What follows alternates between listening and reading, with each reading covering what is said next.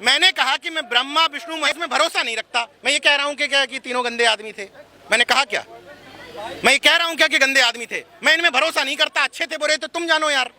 मैं यहाँ किसी भी व्यक्ति को या कार्यक्रम आयोजक किसी व्यक्ति को घर से पकड़ के लाए क्या कि चलो ऐसा करो? मेरी स्वेच्छा है। संविधान इस बात की इजाजत देता है। पंथ निरपेक्ष जो प्रस्तावना में शब्द लिखा है, धर्मनिरपेक्ष देश का जो स्वरूप बना है, उसका असली मकसद है कि कोई भी किसी पूजा पद्धति में इस्तेमाल करे। जैसे कोई व्यक्ति घंटा हिलाता है, मैं कहाँ कह रहा हूँ यार तुम गलत कर रहे हो, हिलाओ ना, हमें कहाँ तकलीफ है, हम नहीं हिलाएंगे, हम तो ये कह रहे हैं तुम पाखंड करो ना यार। हम कहाँ तुमसे कह रहे हैं कि तुम पाखंड बंद कर दो। हम केवल खुद को कह रहे हैं कि हम पाखंड नहीं करेंगे।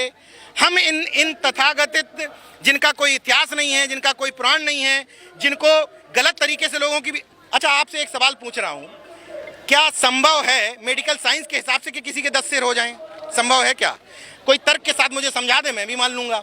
जो कहते हैं कि सरस्वती ज्ञान की देवी थी, मैं कहाँ कह रहा हूँ, मैं सरस्वती को गलत नहीं कह रहा हूँ।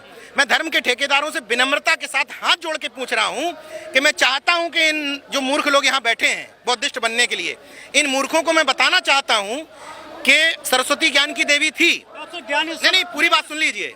मैं चाहता हूं कि इन लोगों को पता चले सरस्वती ज्ञान की देवी थी। इसलिए मैं धार्मिक ठेकेदारों से कहता हूं कि भैया कितने तक पढ़ी थी, उनकी डिग्री बता दो। लेकिन सर कर्नाटक में कौन से यूनिवर्सिटी में गई थी, उनकी डिग्री बता दो। शिक्षा के क्षेत्र में कौन से यूनिवर्सिटी खोली थी, ये बता दो, ताकि मैं मंचों से इन मूर्खों को बता दूं।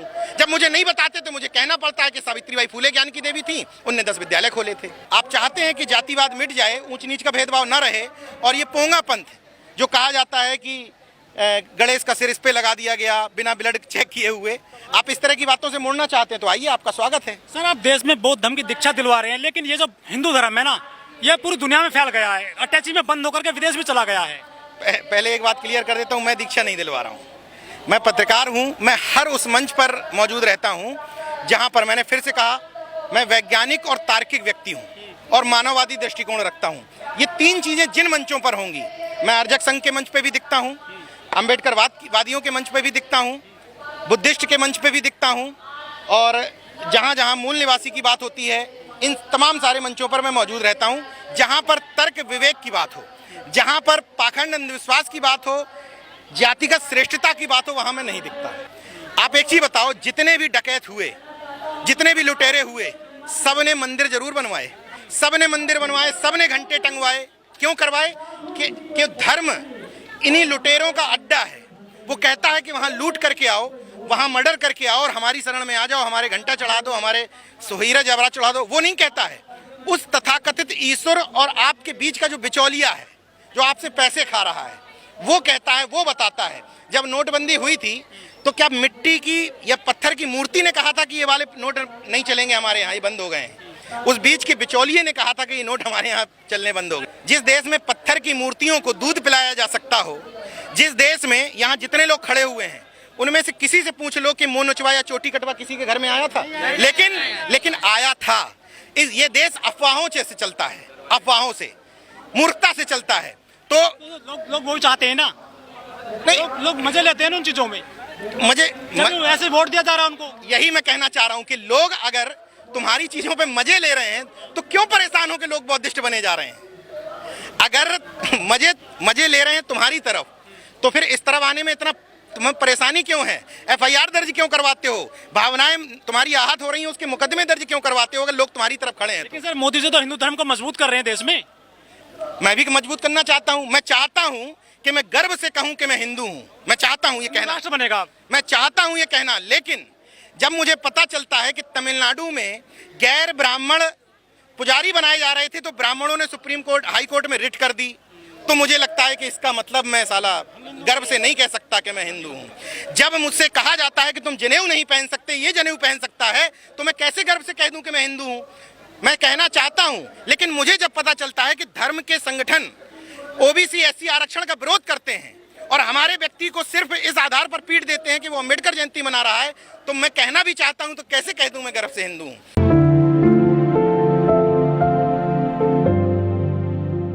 पटेल जी, आप लखनऊ में हैं, आज दीक्षा दी गई है यहाँ पर दलितों को, OBC को, बाकी और भी समाज के लोग हैं, क्या संदेश जाएगा सर इसका?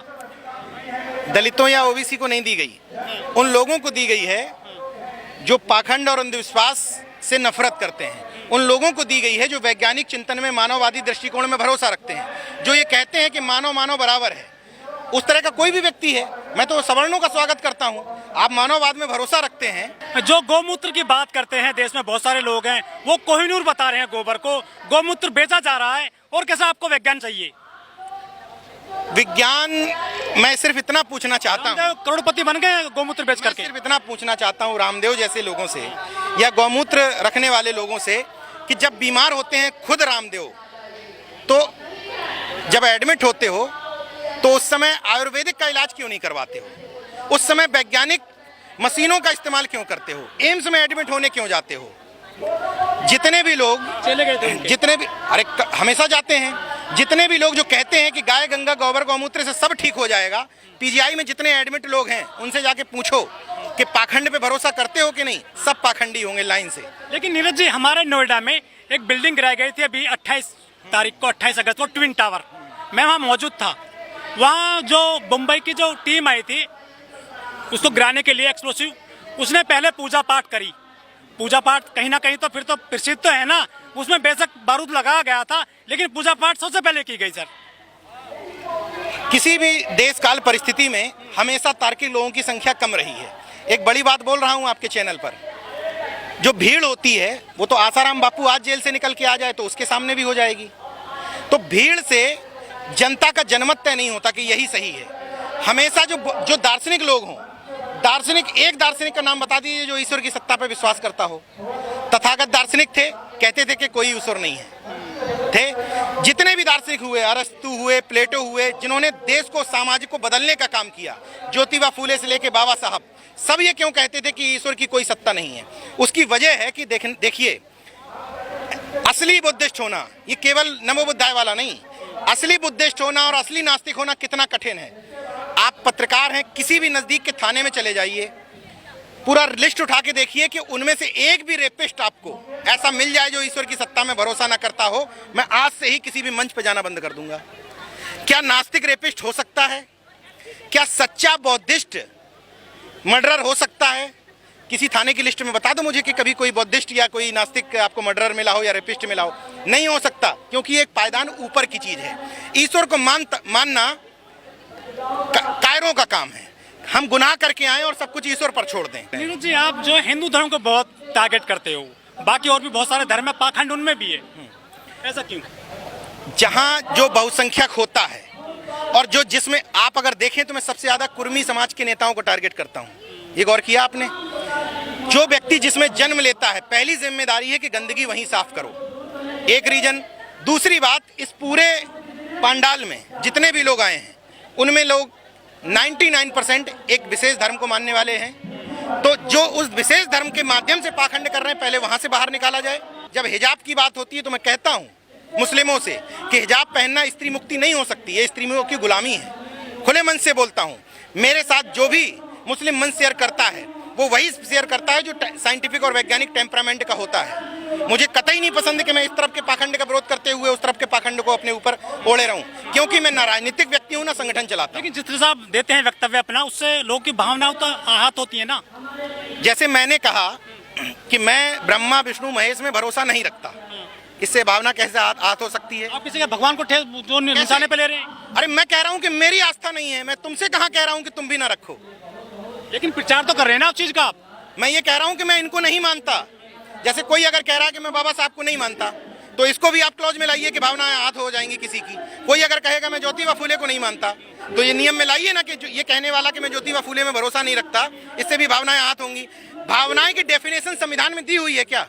भावनाएं कैसे तय होंगी कि किसकी भावनाएं आहत हो रही हैं, नहीं हो रही हैं? मेरी भी भावनाएं आहत हो जाती हैं जब कोई किसी दलित बेटी के साथ रेप करता है, तो उस भावनाओं का क्या?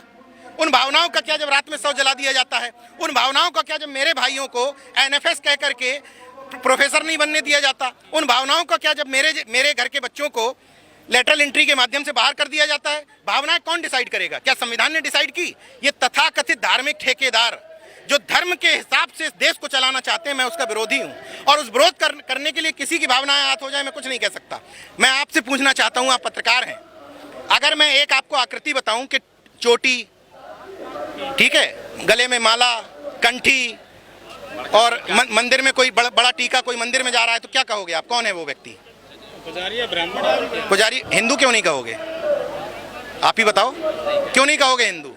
इसलिए ये ब्राह्मण धर्म है, हिंदू धर्म नहीं है। अगर आप उसको हिंदू बोलते तो हम भी हिंदू बोल देते।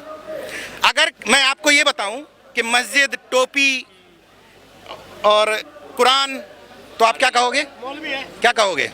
मुस्लिम। वहां मुस्लिम है, यहाँ ब्राह्मण है। फिर इसलिए मैं कहता हूं कि ये ब्राह्मणों के एक जाति को फैसिलिटेट करने के लिए बनाया गया हुआ धर्म है, जहां जन्म से लेकर मृत्यु तक ये व्यवस्था की गई है कि इस समाज को रोजी रोटी की जुगाड़ हो सके।